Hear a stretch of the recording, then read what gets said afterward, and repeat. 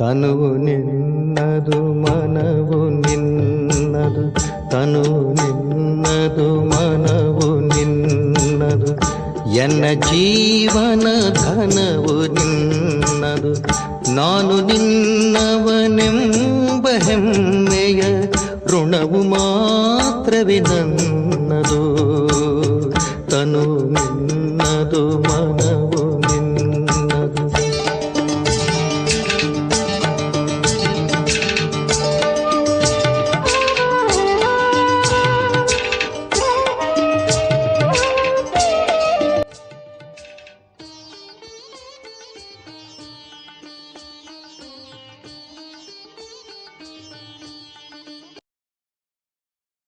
ಓಂ ಶಾಂತಿ. ಮುರಳಿಯ ದಿನಾಂಕ 13/12/2024. ಬಾಪ್ದಾದ ಮಧುಬನ. ಮಧುರ ಮಕ್ಕಳೇ, ತಮ್ಮ ಲಕ್ಷ್ಯ ಮತ್ತು ಲಕ್ಷ್ಯದಾತ ತಂದೆಯನ್ನು ನೆನಪು ಮಾಡಿ. ಆಗ ದೈವಿ ಗುಣಗಳು ಬರುತ್ತವೆ. ಅನ್ಯರಿಗೆ ದುಃಖ ಕೊಡುವುದು, ನಿಂದನೆ ಮಾಡುವುದು ಇದೆಲ್ಲವೂ ಆಸುರಿ ಲಕ್ಷಣವಾಗಿದೆ. ಇಂದಿನ ಮುರಳಿಯ ಪ್ರಶ್ನೆ: ತಂದೆಗೆ ಮಕ್ಕಳೊಂದಿಗೆ ಬಹಳ ಅತ್ಯುನ್ನತ ಪ್ರೀತಿ ಇದೆ ಎಂಬುದಕ್ಕೆ ಚಿಹ್ನೆ ಏನಾಗಿದೆ? ಉತ್ತರ: ತಂದೆಯಿಂದ ಯಾವ ಮಧುರಾತಿ ಮಧುರ ಶಿಕ್ಷಣಗಳು ಸಿಗುತ್ತವೆಯೋ ಈ ಶಿಕ್ಷಣವನ್ನು ಕೊಡುವುದೇ ಅವರ ಅತ್ಯುನ್ನತ ಚಿಹ್ನೆಯಾಗಿದೆ. ತಂದೆಯ ಮೊದಲ ಶಿಕ್ಷಣವಾಗಿದೆ: ಮಧುರ ಮಕ್ಕಳೇ, ಶ್ರೀಮತವನ್ನು ಬಿಟ್ಟು ಯಾವುದೇ ಉಲ್ಟಾ ಕರ್ಮವನ್ನು ಮಾಡಬೇಡಿ. ನೀವು ವಿದ್ಯಾರ್ಥಿಗಳಾಗಿದ್ದೀರಿ ಅಂದ ಮೇಲೆ ನೀವು ಎಂದೂ ಕಾನೂನು ತೆಗೆದುಕೊಳ್ಳಬಾರದು. ನೀವು ತಮ್ಮ ಬಾಯಿಯಿಂದ ಸದಾ ರತ್ನಗಳನ್ನೇ ಹೊರಹಾಕಿ, ಕಲ್ಲುಗಳನ್ನಲ್ಲ. ಶಿವ ಭಗವಾನುವಾಚ. ತಂದೆಯು ಮಕ್ಕಳಿಗೆ ತಿಳಿಸುತ್ತಾರೆ, ಈಗ ಈ ಲಕ್ಷ್ಮೀನಾರಾಯಣರನ್ನಂತೂ ಬಹಳ ಚೆನ್ನಾಗಿ ನೋಡುತ್ತೀರಿ. ಇದು ಗುರಿ ಉದ್ದೇಶವಾಗಿದೆ. ಅರ್ಥಾತ್ ನೀವು ಈ ಮನೆತನದವರಾಗಿದ್ದೀರಿ. ಎಷ್ಟೊಂದು ಹಗಲು ರಾತ್ರಿಯ ವ್ಯತ್ಯಾಸವಿದೆ. ಆದ್ದರಿಂದ ಪದೇ ಪದೇ ಇವರನ್ನು ನೋಡುತ್ತಿರಬೇಕು. ನಾವು ಈ ರೀತಿಯಾಗಬೇಕು ಎಂದು ಚಿಂತನೆ ಮಾಡಬೇಕಾಗಿದೆ. ಲಕ್ಷ್ಮೀನಾರಾಯಣರ ಮಹಿಮೆಯನ್ನಂತೂ ಬಹಳ ಚೆನ್ನಾಗಿ ತಿಳಿದುಕೊಂಡಿದ್ದೀರಿ. ಈ ಚಿತ್ರವನ್ನು ಜೇಬಿನಲ್ಲಿ ಇಟ್ಟುಕೊಳ್ಳುವುದರಿಂದ ಖುಷಿ ಇರುವುದು.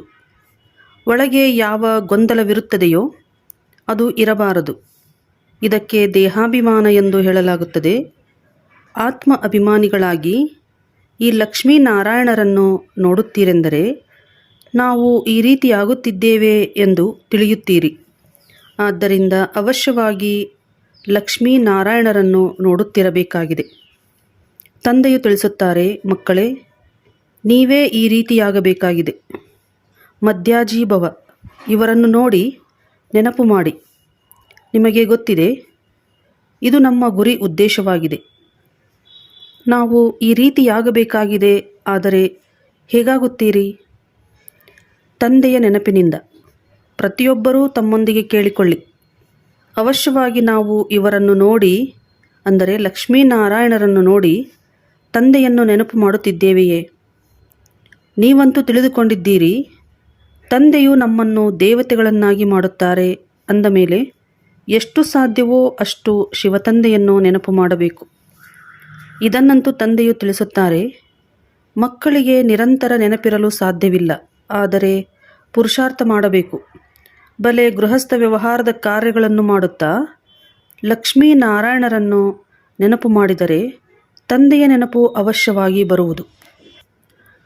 ತಂದೆಯನ್ನು ನೆನಪು ಮಾಡಿದರೆ ಅವಶ್ಯವಾಗಿ ಇವರ ನೆನಪು ಬರುವುದು.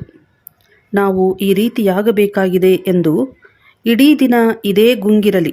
ಆಗ ಪರಸ್ಪರ ಒಬ್ಬರು ಇನ್ನೊಬ್ಬರನ್ನು ಎಂದೂ ನಿಂದನೆ ಮಾಡುವುದಿಲ್ಲ.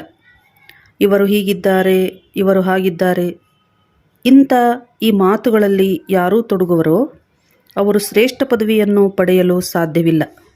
ಹಾಗೆಯೇ ಉಳಿದು ಬಿಡುತ್ತಾರೆ. ಎಷ್ಟು ಸಹಜ ಮಾಡಿ ತಂದೆಯು ತಿಳಿಸಿಕೊಡುತ್ತಾರೆ. ಇವರನ್ನು ನೆನಪು ಮಾಡಿ, ತಂದೆಯನ್ನು ನೆನಪು ಮಾಡಿ. ಆಗ ನೀವು ಈ ರೀತಿಯಾಗಿ ಬಿಡುತ್ತೀರಿ.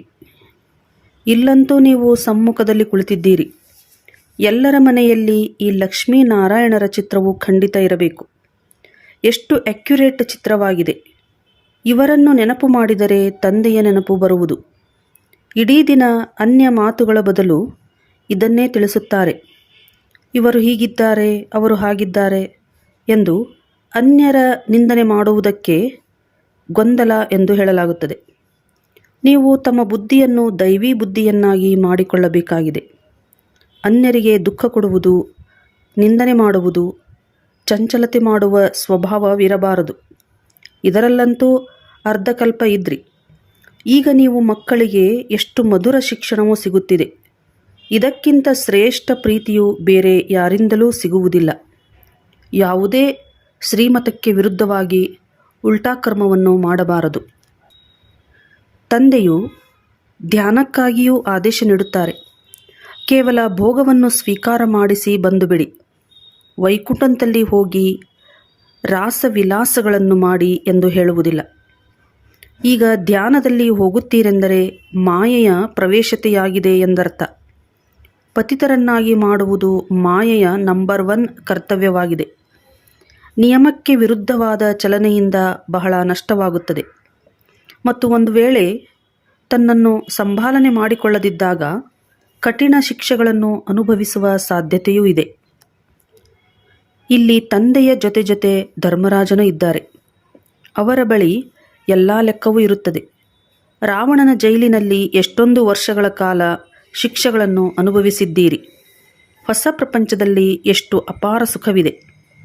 ಈಗ ತಂದೆಯು ತಿಳಿಸುತ್ತಾರೆ, ಮತ್ತೆಲ್ಲ ಮಾತುಗಳನ್ನು ಮರೆತು ಒಬ್ಬ ತಂದೆಯನ್ನು ನೆನಪು ಮಾಡಿ ಬೇರೆ ಎಲ್ಲ ಗೊಂದಲಗಳನ್ನು ತೆಗೆದುಬಿಡಿ. ವಿಕಾರದಲ್ಲಿ ಯಾರು ತೆಗೆದುಕೊಂಡು ಹೋಗುತ್ತಾರೆ? ಮಾಯಾಭೂತ. ನಿಮ್ಮ ಗುರಿ ಉದ್ದೇಶವೇ ಶ್ರೇಷ್ಠರಾಗುವುದಾಗಿದೆ. ರಾಜಯೋಗವಲ್ಲವೇ? ತಂದೆಯನ್ನು ನೆನಪು ಮಾಡುವುದರಿಂದ ಈ ಆಸ್ತಿಯು ಸಿಗುವುದು. ಆದ್ದರಿಂದ ಈ ವ್ಯವಹಾರದಲ್ಲಿ ತೊಡಗಬೇಕು. ಒಳಗಿನ ಕೊಳಕವೆಲ್ಲವನ್ನೂ ತೆಗೆಯಬೇಕು.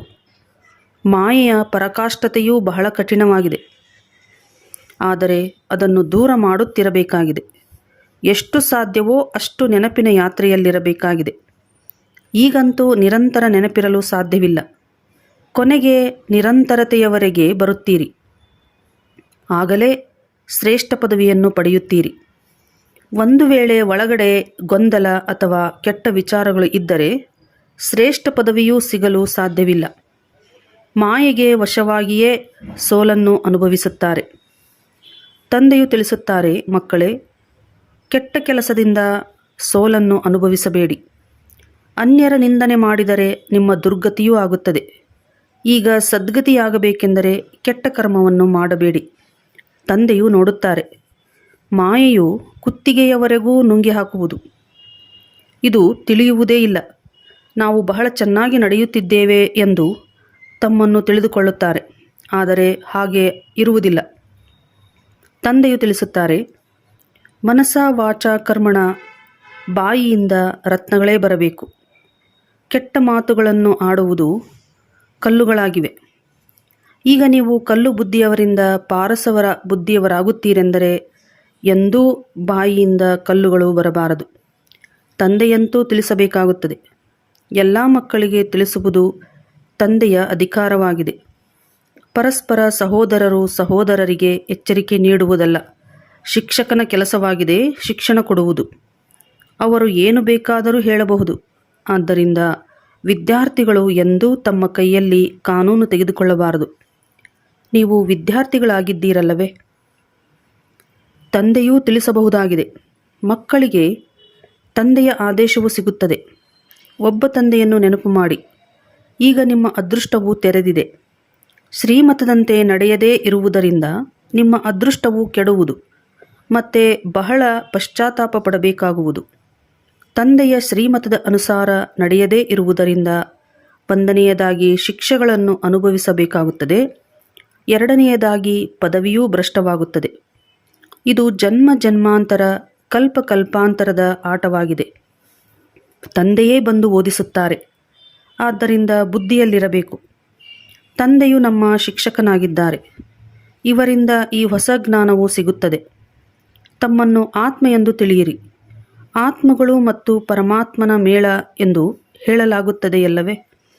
5000 ವರ್ಷಗಳ ನಂತರ ಮತ್ತೆ ಮಿಲನ ಮಾಡುತ್ತೇವೆ. ಆದ್ದರಿಂದ ಇಲ್ಲಿ ಎಷ್ಟು ಆಸ್ತಿಯನ್ನು ತೆಗೆದುಕೊಳ್ಳಬೇಕೋ ಅಷ್ಟು ತೆಗೆದುಕೊಳ್ಳಬಲ್ಲಿರಿ. ಇಲ್ಲವಾದರೆ ಬಹಳ ಬಹಳ ಪಶ್ಚಾತ್ತಾಪ ಪಡುವಿರಿ ಮತ್ತು ಅಳುವಿರಿ. ಎಲ್ಲವೂ ಸಾಕ್ಷಾತ್ಕಾರವಾಗುವುದು. ಹೇಗೆ ಶಾಲೆಯಲ್ಲಿ ಮಕ್ಕಳು ಒಂದು ತರಗತಿಯಿಂದ ಇನ್ನೊಂದು ತರಗತಿಗೆ ವರ್ಗಾಯಿತರಾದಾಗ ಕೊನೆಯಲ್ಲಿ ಕುಳಿತುಕೊಳ್ಳುವವರನ್ನು ಎಲ್ಲರೂ ನೋಡುತ್ತಾರೆ, ಹಾಗೆಯೇ ಇಲ್ಲಿಯೂ ಸಹ ವರ್ಗಾಯಿತರಾಗುತ್ತೀರಿ. ನಿಮಗೆ ಗೊತ್ತಿದೆ, ಇಲ್ಲಿ ಶರೀರವನ್ನು ಬಿಟ್ಟು ಹೋದರೆ ಸತ್ಯುಗದಲ್ಲಿ ರಾಜಕುಮಾರ ರಾಜಕುಮಾರಿಯರ ಕಾಲೇಜಿನಲ್ಲಿ ಭಾಷೆಯನ್ನು ಕಲಿಯುತ್ತೇವೆ. ಇಲ್ಲಿಯ ಭಾಷೆಯನ್ನು ಎಲ್ಲರೂ ಓದಬೇಕಾಗುತ್ತದೆ. ಮಾತೃಭಾಷೆಯಾಗಿದೆ. ಅನೇಕರಲ್ಲಿ ಪೂರ್ಣ ಜ್ಞಾನವಿಲ್ಲ, ಎಂದರೆ ಮತ್ತೆ ನಿಯಮಿತವಾಗಿ ಓದುವುದೂ ಇಲ್ಲ. ಒಂದೆರಡು ಬಾರಿ ತಪ್ಪಿಸಿದರೆ ನಿತ್ಯವೂ ಮುರುಳಿಯನ್ನು ತಪ್ಪಿಸುವ ಹವ್ಯಾಸವಾಗಿ ಬಿಡುತ್ತದೆ. ಮಾಯೆಯ ಶಿಷ್ಯರ ಸಂಘವಾಗಿದೆ. ಶಿವತಂದೆಯ ಶಿಷ್ಯರು ಕೆಲವರೇ ಇದ್ದೀರಿ. ಉಳಿದೆಲ್ಲರೂ ಮಾಯೆಯ ಶಿಷ್ಯರಾಗಿದ್ದೀರಿ. ನೀವು ಶಿವತಂದೆಯ ಶಿಷ್ಯರಾಗುತ್ತೀರೆಂದರೆ ಮಾಯೆಗೆ ಸಹನೆ ಮಾಡಲಾಗುವುದಿಲ್ಲ. ಆದ್ದರಿಂದ ತಮ್ಮನ್ನು ಬಹಳ ರಕ್ಷಣೆ ಮಾಡಿಕೊಳ್ಳಬೇಕು. ಪತಿತ ಕೊಳಕು ಮನುಷ್ಯರಿಂದ ನಿಮ್ಮನ್ನು ನೀವು ಬಹಳ ಸಂಭಾಲನೆ ಮಾಡಿಕೊಳ್ಳಬೇಕು. ಹಂಸಗಳು ಮತ್ತು ಕೊಕ್ಕರೆಗಳಿದ್ದಾರೆ. ತಂದೆಯು ರಾತ್ರಿಯೂ ಸಹ ಶಿಕ್ಷಣವನ್ನು ಕೊಟ್ಟಿದ್ದಾರೆ. ಕೆಲವರು ಇಡೀ ದಿನದಲ್ಲಿ ಯಾರಾದರೊಬ್ಬರನ್ನು ನಿಂದನೆ ಮಾಡದೇ ಇರುವುದಿಲ್ಲ. ಅವರ ಚಿಂತನೆ ಮಾಡುವುದಕ್ಕೆ ದೈವಿ ಗುಣವೆಂದು ಹೇಳುವುದಿಲ್ಲ. ಪರಚಿಂತನೆ ಮಾಡುವಂಥವರು ದೈವಿ ಗುಣವಂತರು ಎಂದು ಹೇಳಲಾಗುವುದಿಲ್ಲ. ದೇವತೆಗಳು ಇಂತಹ ಕೆಲಸ ಮಾಡುವುದಿಲ್ಲ. ತಂದೆಯು ತಿಳಿಸುತ್ತಾರೆ, ತಂದೆ ಮತ್ತು ಆಸ್ತಿಯನ್ನು ನೆನಪು ಮಾಡಿ ಎಂದು. ಆದರೂ ಸಹ ನಿಂದನೆ ಮಾಡುತ್ತಿರುತ್ತಾರೆ. ಜನ್ಮ ಜನ್ಮಾಂತರದಿಂದ ನಿಂದನೆ ಮಾಡುತ್ತಾ ಬಂದಿದ್ದೀರಿ. ಒಳಗೆ ಗೊಂದಲವಿರುತ್ತದೆ. ಇದೂ ಸಹ ಒಳಗಿನ ಘರ್ಷಣೆಯಾಗಿದೆ. ಸುಮ್ಮನೆ ತಮ್ಮನ್ನು ಕೊಲೆ ಮಾಡಿಕೊಳ್ಳುತ್ತಾರೆ. ಅನೇಕರಿಗೆ ನಷ್ಟ ಉಂಟು ಮಾಡುತ್ತಾರೆ. ಯಾರು ಹೇಗೇ ಇರಲಿ, ನಿಮ್ಮದೇನು ಹೋಗುತ್ತದೆ? ಎಲ್ಲರ ಸಹಾಯಕ ಒಬ್ಬ ತಂದೆಯಾಗಿದ್ದಾರೆ. ಈಗಂತೂ ಶ್ರೀಮತದಂತೆ ನಡೆಯಬೇಕಾಗಿದೆ. ಮನುಷ್ಯ ಮತವು ಬಹಳ ಕೊಳಕರನ್ನಾಗಿ ಮಾಡುತ್ತದೆ. ಪರಸ್ಪರ ಒಬ್ಬರು ಇನ್ನೊಬ್ಬರ ನಿಂದನೆ ಮಾಡುತ್ತಿರುತ್ತಾರೆ. ನಿಂದನೆ ಮಾಡುವುದು ಮಾಯಾಭೂತವಾಗಿದೆ. ಇದು ಪತಿತ ಪ್ರಪಂಚವಾಗಿದೆ. ನಾವೀಗ ಪತಿತರಿಂದ ಪಾವನರಾಗುತ್ತೇವೆ ಎಂದು ನೀವು ತಿಳಿದುಕೊಳ್ಳುತ್ತೀರಿ. ಅಂದ ಮೇಲೆ ಈ ಅವಗುಣಗಳೆಲ್ಲವೂ ಕೆಟ್ಟದಾಗಿದೆ. ತಿಳಿಸಲಾಗುತ್ತದೆ, ಇಂದಿನಿಂದ ಎಂದೂ ಇಂತಹ ಕರ್ಮ ಮಾಡುವುದಿಲ್ಲ ಎಂದು ತಮ್ಮ ಕಿವಿಯನ್ನು ಹಿಡಿದುಕೊಳ್ಳಬೇಕು. ಒಂದು ವೇಳೆ ಏನೇ ನೋಡುತ್ತೀರೆಂದರೂ ತಂದೆಗೆ ತಿಳಿಸಬೇಕು. ನಿಮ್ಮದೇನು ಹೋಗುತ್ತದೆ? ನೀವು ಒಬ್ಬರು ಇನ್ನೊಬ್ಬರ ನಿಂದನೆಯನ್ನು ಏಕೆ ಮಾಡುತ್ತೀರಿ? ತಂದೆಯು ಎಲ್ಲವನ್ನೂ ಕೇಳುತ್ತಾರೆ. ತಂದೆಯು ಇವರ ಕಿವಿಗಳು ಮತ್ತು ಕಣ್ಣುಗಳನ್ನು ಆಧಾರವಾಗಿ ತೆಗೆದುಕೊಂಡಿದ್ದಾರೆ. ಅಂದರೆ ಶಿವತಂದೆಯು ಬ್ರಹ್ಮ ತಂದೆಯ ಶರೀರವನ್ನು ಆಧಾರವಾಗಿ ಪಡೆದುಕೊಂಡಿದ್ದಾರೆ. ಇದರ ಮೂಲಕ ತಂದೆಯು ನೋಡುತ್ತಾರೆ ಮತ್ತು ಈ ದಾದಾರವರು ನೋಡುತ್ತಾರೆ. ಕೆಲವರ ಚಲನೆಯಂತೂ ಬಹಳ ವಿರುದ್ಧವಾಗಿ ನಡೆಯುತ್ತದೆ. ಯಾರಿಗೆ ತಂದೆ ಇರುವುದಿಲ್ಲವೋ ಅವರಿಗೆ ಅನಾಥರು ಎಂದು ಹೇಳಲಾಗುತ್ತದೆ. ಅವರು ತಮ್ಮ ತಂದೆಯನ್ನು ತಿಳಿದುಕೊಂಡಿಲ್ಲ, ನೆನಪೂ ಮಾಡುವುದಿಲ್ಲ. ಸುಧಾರಣೆಯಾಗುವ ಬದಲು ಇನ್ನೂ ಹಾಳಾಗುತ್ತಾರೆ. ಇದರಿಂದ ತಮ್ಮ ಪದವಿಯನ್ನೇ ಕಳೆದುಕೊಳ್ಳುತ್ತಾರೆ. ಶ್ರೀಮತದಂತೆ ನಡೆಯದಿದ್ದರೆ ಅವರು ದೊಡ್ಡವರಿಲ್ಲದ ಅನಾಥರಾಗಿದ್ದಾರೆ. ತಂದೆ ತಾಯಿಯ ಶ್ರೀಮತದಂತೆ ನಡೆಯುವುದಿಲ್ಲ. ತ್ವಮೇವ ಮಾತಾಶ್ಚ ಪಿತಾ, ಬಂಧು ಇತ್ಯಾದಿಯೂ ಆಗುತ್ತಾರೆ. ಆದರೆ ಗ್ರೇಟ್ ಗ್ರೇಟ್ ಗ್ರ್ಯಾಂಡ್ ಫಾದರ್ ಇಲ್ಲದಿದ್ದರೆ ಮತ್ತೆ ತಾಯಿ ಎಲ್ಲಿರುವರು? ಇಷ್ಟೂ ಬುದ್ಧಿ ಇಲ್ಲ. ಮಾಯೆಯು ಬುದ್ಧಿಯನ್ನು ಒಮ್ಮೆಲೇ ತಿರುಗಿಸಿಬಿಡುತ್ತದೆ. ಬೇಹದ್ದಿನ ತಂದೆಯ ಆಜ್ಞೆಯನ್ನು ಪಾಲಿಸದಿದ್ದರೆ ಶಿಕ್ಷೆ ಸಿಗುತ್ತದೆ. ಸ್ವಲ್ಪವೂ ಸದ್ಗತಿಯಾಗುವುದಿಲ್ಲ. ತಂದೆಯು ನೋಡಿದರೆ ಇವರ ಗತಿಯು ಏನಾಗುವುದು ಎಂದು ಹೇಳುತ್ತಾರೆ. ಇವರು ಎಕ್ಕದ ಹೂಗಳಾಗಿದ್ದಾರೆ. ಇವರನ್ನು ಯಾರೂ ಇಷ್ಟಪಡುವುದಿಲ್ಲ. ಅಂದ ಮೇಲೆ ಸುಧಾರಣೆಯಾಗಬೇಕಲ್ಲವೇ? ಇಲ್ಲದಿದ್ದರೆ ಪದವಿ ಭ್ರಷ್ಟರಾಗಿ ಬಿಡುತ್ತಾರೆ. ಜನ್ಮ ಜನ್ಮಾಂತರಕ್ಕಾಗಿ ನಷ್ಟ ಉಂಟಾಗುವುದು. ಆದರೆ ದೇಹಾಭಿಮಾನಿಗಳ ಬುದ್ಧಿಯಲ್ಲಿ ಕುಳಿತುಕೊಳ್ಳುವುದೇ ಇಲ್ಲ. ಆತ್ಮಾಭಿಮಾನಿಗಳೇ ತಂದೆಯೊಂದಿಗೆ ಪ್ರೀತಿ ಇಡಲು ಸಾಧ್ಯ. ಬಲಿಹಾರಿಯಾಗುವುದು ಚಿಕ್ಕಮ್ಮನ ಮನೆಯಂತಲ್ಲ. ದೊಡ್ಡ ದೊಡ್ಡ ವ್ಯಕ್ತಿಗಳು ಬಲಿಹಾರಿಯಾಗಲು ಸಾಧ್ಯವಿಲ್ಲ. ಅವರು ಬಲಿಹಾರಿಯ ಅರ್ಥವನ್ನು ತಿಳಿದುಕೊಂಡಿಲ್ಲ. ಅವರಿಗೆ ಬಲಿಹಾರಿಯಾಗುವುದರಲ್ಲಿ ಹೃದಯ ವಿದೀರ್ಣವಾಗುತ್ತದೆ. ಅನೇಕರು ಬಂಧನ ಮುಕ್ತರು ಇದ್ದಾರೆ. ಮಕ್ಕಳು ಮೊದಲಾದವರು ಯಾರೂ ಇಲ್ಲ. ಬಾಬಾ ತಾವೇ ನಮ್ಮ ಸರ್ವಸ್ವವಾಗಿದ್ದೀರಿ ಎಂದು ಹೇಳುತ್ತಾರೆ. ಹೀಗೆ ಕೇವಲ ಬಾಯಿಯಿಂದ ಹೇಳುತ್ತಾರೆ, ಆದರೆ ಸತ್ಯವಾಗಿ ಅಲ್ಲ. ತಂದೆಗೂ ಸಹ ಅಸತ್ಯವನ್ನೇ ಹೇಳಿಬಿಡುತ್ತಾರೆ. ಬಲಿಹಾರಿಯಾಗುತ್ತಾರೆಂದರೆ ತಮ್ಮ ಮಮತ್ವವನ್ನು ತೆಗೆದುಹಾಕಬೇಕು. ಈಗಂತೂ ಅಂತಿಮ ಸಮಯವಾಗಿದೆ ಎಂದರೆ ಶ್ರೀಮತದಂತೆ ನಡೆಯಬೇಕಾಗಿದೆ. ತನ್ನ ಸಂಪತ್ತಿನಿಂದಲೂ ಸಹ ಮಮತ್ವವು ಹೊರಟು ಹೋಗಬೇಕು. ಹೀಗೆ ಅನೇಕರು ಬಂಧನ ಮುಕ್ತರಾಗಿದ್ದಾರೆ. ಶಿವತಂದೆಯನ್ನು ತನ್ನವರನ್ನಾಗಿ ಮಾಡಿಕೊಂಡಿದ್ದಾರೆ. ಹೇಗೆ ದತ್ತು ಮಾಡಿಕೊಳ್ಳುತ್ತಾರಲ್ಲವೇ, ಇವರು ನಮ್ಮ ತಂದೆ, ಶಿಕ್ಷಕ, ಸದ್ಗುರು ಆಗಿದ್ದಾರೆ. ಅವರ ಪೂರ್ಣ ಆಸ್ತಿಯನ್ನು ಪಡೆಯಲು ನಾವು ಅವರನ್ನು ತಮ್ಮವರನ್ನಾಗಿ ಮಾಡಿಕೊಳ್ಳುತ್ತೇವೆ. ಯಾರು ಮಕ್ಕಳಾಗಿ ಬಿಟ್ಟಿದ್ದಾರೆಯೋ ಅವರು ಮನೆತನದಲ್ಲಿ ಅವಶ್ಯವಾಗಿ ಬರುತ್ತಾರೆ. ಆದರೆ ಅದರಲ್ಲಿ ಪದವಿಗಳೆಷ್ಟಿದೆ! ಎಷ್ಟೊಂದು ಮಂದಿ ದಾಸದಾಸಿಯರಿದ್ದಾರೆ. ಒಬ್ಬರು ಇನ್ನೊಬ್ಬರ ಮೇಲೆ ಆಜ್ಞೆ ನಡೆಸುತ್ತಾರೆ. ದಾಸಿಯರಲ್ಲಿಯೂ ನಂಬರ್ವಾರಾಗುತ್ತಾರೆ. ಶ್ರೀಮಂತ ಮನೆತನದಲ್ಲಿ ಹೊರಗಿನ ದಾಸದಾಸಿಯರಂತೂ ಒಳಗೆ ಬರುವುದಿಲ್ಲ. ಯಾರು ತಂದೆಯ ಮಕ್ಕಳಾಗಿದ್ದಾರೆಯೋ ಅವರೇ ಆಗಬೇಕಾಗಿದೆ. ಇಂತಿಂತಹ ಮಕ್ಕಳಿದ್ದಾರೆ. ಕೆಲವರಲ್ಲಿ ಒಂದು ಬಿಡಿಗಾಸಿನಷ್ಟೂ ಬುದ್ಧಿಯಿಲ್ಲ. ಮಮ್ಮಾರವರನ್ನು ನೆನಪು ಮಾಡಿ ಹಾಗೂ ನನ್ನ ರಥವನ್ನು ನೆನಪು ಮಾಡಿ ಎಂದು ಶಿವತಂದೆಯು ಹೇಳುವುದಿಲ್ಲ.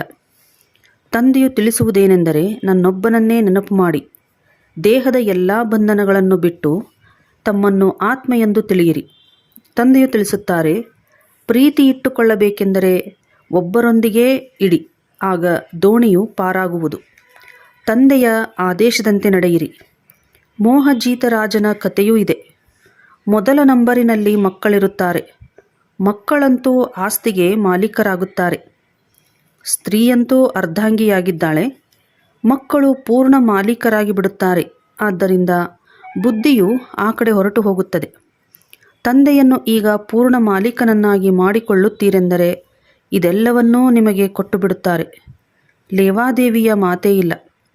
ಇದು ತಿಳುವಳಿಕೆಯ ಮಾತಾಗಿದೆ. ಭಲೆ ನೀವು ಕೇಳುತ್ತೀರಿ, ಆದರೆ ನಾಳೆಯ ದಿನವೇ ಎಲ್ಲವೂ ಮರೆತು ಹೋಗುತ್ತದೆ.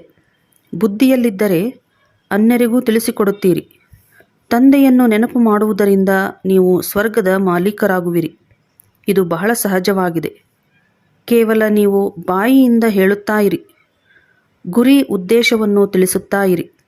ವಿಶಾಲ ಬುದ್ಧಿಯವರು ಬಹಳ ಬೇಗ ಅರಿತುಕೊಳ್ಳುತ್ತಾರೆ. ಅಂತ್ಯದಲ್ಲಿ ಈ ಚಿತ್ರ ಮೊದಲಾದವುಗಳೇ ಕೆಲಸಕ್ಕೆ ಬರುತ್ತವೆ. ಇದರಲ್ಲಿ ಪೂರ್ಣ ಜ್ಞಾನವು ತುಂಬಿದೆ. ಲಕ್ಷ್ಮೀನಾರಾಯಣ ಮತ್ತು ರಾಧೇಕೃಷ್ಣರ ಸಂಬಂಧವೇನು?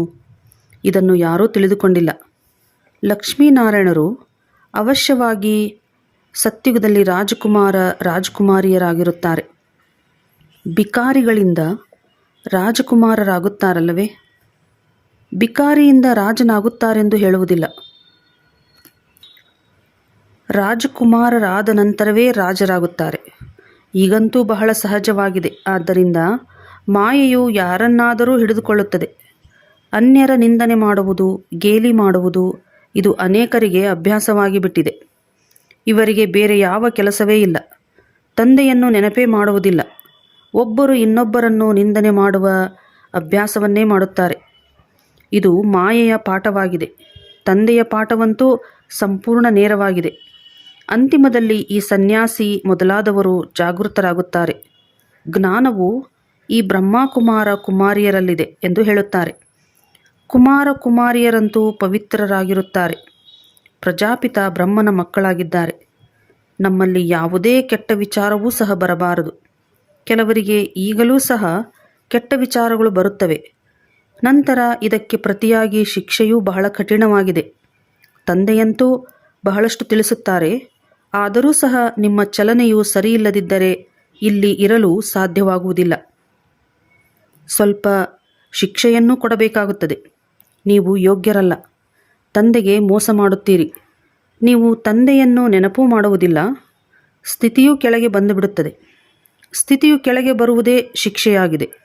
ಶ್ರೀಮತದಂತೆ ನಡೆಯದೇ ಇದ್ದರೆ ಪದವಿ ಭ್ರಷ್ಟ ಮಾಡಿಕೊಳ್ಳುತ್ತೀರಿ.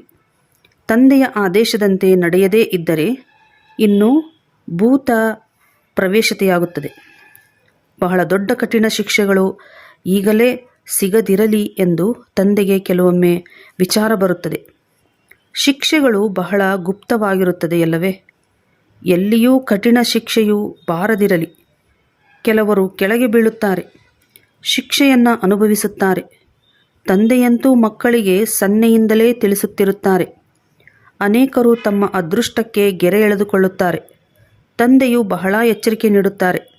ಈಗ ಹುಡುಗಾಟಿಕೆ ಮಾಡುವ ಸಮಯವಲ್ಲ, ತಮ್ಮನ್ನು ಸುಧಾರಣೆ ಮಾಡಿಕೊಳ್ಳಿ.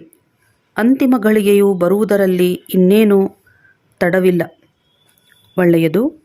ಮಧುರಾತಿ ಮಧುರ ಅಗಲಿ ಹೋಗಿ ಮರಳಿ ಸಿಕ್ಕಿರುವಂತಹ ಮಕ್ಕಳಿಗೆ ಪ್ರೀತಿಯ ಮಾತಾಪಿತಾ ಬಾಪ್ದಾದಾರವರ ನೆನಪು, ಪ್ರೀತಿ ಹಾಗೂ ನಮಸ್ತೆ. ಆತ್ಮೀಯ ಮಕ್ಕಳಿಗೆ ಆತ್ಮೀಯ ತಂದೆಯ ನಮಸ್ತೆ. ಆತ್ಮೀಯ ಮಕ್ಕಳಿಂದ ಆತ್ಮೀಯ ತಂದೆಗೆ ನಮಸ್ತೆ ನಮಸ್ತೆ ನಮಸ್ತೆ. ಧಾರಣೆಗೆ ಮುಖ್ಯ ಸಾರ: ಯಾವುದೇ ನಿಯಮಕ್ಕೆ ವಿರುದ್ಧವಾದ, ಶ್ರೀಮತಕ್ಕೆ ವಿರುದ್ಧವಾದ ನಡವಳಿಕೆಯಲ್ಲಿ ನಡೆಯಬಾರದು. ತಮ್ಮನ್ನು ತಾವೇ ಸುಧಾರಣೆ ಮಾಡಿಕೊಳ್ಳಬೇಕಾಗಿದೆ. ಚೀಚಿ ಪತಿತ ಕೊಳಕು ಮನುಷ್ಯರಿಂದ ತಮ್ಮನ್ನು ಸಂಭಾಲನೆ ಮಾಡಿಕೊಳ್ಳಬೇಕಾಗಿದೆ. ಬಂಧನ ಮುಕ್ತರಾಗಿದ್ದರೆ ಸಂಪೂರ್ಣ ಬಲಿಹಾರಿಯಾಗಬೇಕಾಗಿದೆ. ತಮ್ಮ ಮಮತ್ವವನ್ನು ಕಳೆಯಬೇಕಾಗಿದೆ. ಎಂದೂ ಯಾರದೇ ನಿಂದನೆ ಅಥವಾ ಪರಚಿಂತನೆ ಮಾಡಬಾರದು. ಕೊಳಕು ಕೆಟ್ಟ ವಿಚಾರಗಳಿಂದ ಸ್ವಯಂವನ್ನು ಮುಕ್ತವಾಗಿಟ್ಟುಕೊಳ್ಳಬೇಕಾಗಿದೆ. ವರದಾನ: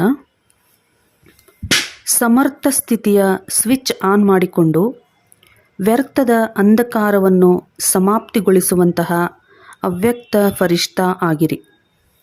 ವರದಾನದ ವಿವರಣೆ: ಹೇಗೆ ಸ್ಥೂಲ ಲೈಟ್ನ ಸ್ವಿಚ್ ಆನ್ ಮಾಡುವುದರಿಂದ ಅಂಧಕಾರವು ಸಮಾಪ್ತಿಯಾಗಿ ಬಿಡುತ್ತದೆ, ಹಾಗೆಯೇ ಸಮರ್ಥ ಸ್ಥಿತಿಯಾಗಿದೆ ಸ್ವಿಚ್. ಈ ಸ್ವಿಚ್ ಅನ್ನು ಆನ್ ಮಾಡುತ್ತೀರೆಂದರೆ ವ್ಯರ್ಥದ ಅಂಧಕಾರವು ಸಮಾಪ್ತಿಯಾಗಿ ಬಿಡುತ್ತದೆ. ಒಂದೊಂದು ವ್ಯರ್ಥ ಸಂಕಲ್ಪವನ್ನು ಸಮಾಪ್ತಿ ಮಾಡುವ ಪರಿಶ್ರಮದಿಂದ ಮುಕ್ತರಾಗಿ ಬಿಡುತ್ತೀರಿ. ಯಾವಾಗ ಸ್ಥಿತಿಯು ಸಮರ್ಥವಾಗಿರುತ್ತದೆ ಎಂದರೆ ಮಹಾದಾನಿ ವರದಾನಿ ಆಗಿಬಿಡುತ್ತೀರಿ. ಏಕೆಂದರೆ ದಾತಾನ ಅರ್ಥವೇ ಆಗಿದೆ ಸಮರ್ಥ. ಸಮರ್ಥರೇ ಕೊಡಲು ಸಾಧ್ಯವಾಗುವುದು. ಮತ್ತು ಎಲ್ಲಿ ಸಮರ್ಥತೆ ಇದೆ ಅಲ್ಲಿ ವ್ಯರ್ಥವು ಸಮಾಪ್ತಿಯಾಗಿ ಬಿಡುತ್ತದೆ. ಅಂದ ಮೇಲೆ ಅವ್ಯಕ್ತ ಫರಿಷ್ಠೆಗಳ ಶ್ರೇಷ್ಠ ಕಾರ್ಯವು ಇದೇ ಆಗಿದೆ. ಸ್ಲೋಗನ್: ಸತ್ಯತೆಯ ಆಧಾರದಿಂದ ಸರ್ವ ಆತ್ಮರ ಹೃದಯದ ಆಶೀರ್ವಾದಗಳನ್ನು ಪ್ರಾಪ್ತಿ ಮಾಡಿಕೊಳ್ಳುವವರೇ ಭಾಗ್ಯವಂತ ಆತ್ಮ ಆಗಿದ್ದಾರೆ. ಸತ್ಯತೆಯ ಆಧಾರದಿಂದ ಸರ್ವ ಆತ್ಮರ ಹೃದಯದ ಆಶೀರ್ವಾದಗಳನ್ನು ಪ್ರಾಪ್ತಿ ಮಾಡಿಕೊಳ್ಳುವವರೇ ಭಾಗ್ಯವಂತ ಆತ್ಮ ಆಗಿದ್ದಾರೆ. ಒಳ್ಳೆಯದು. ಓಂ ಶಾಂತಿ.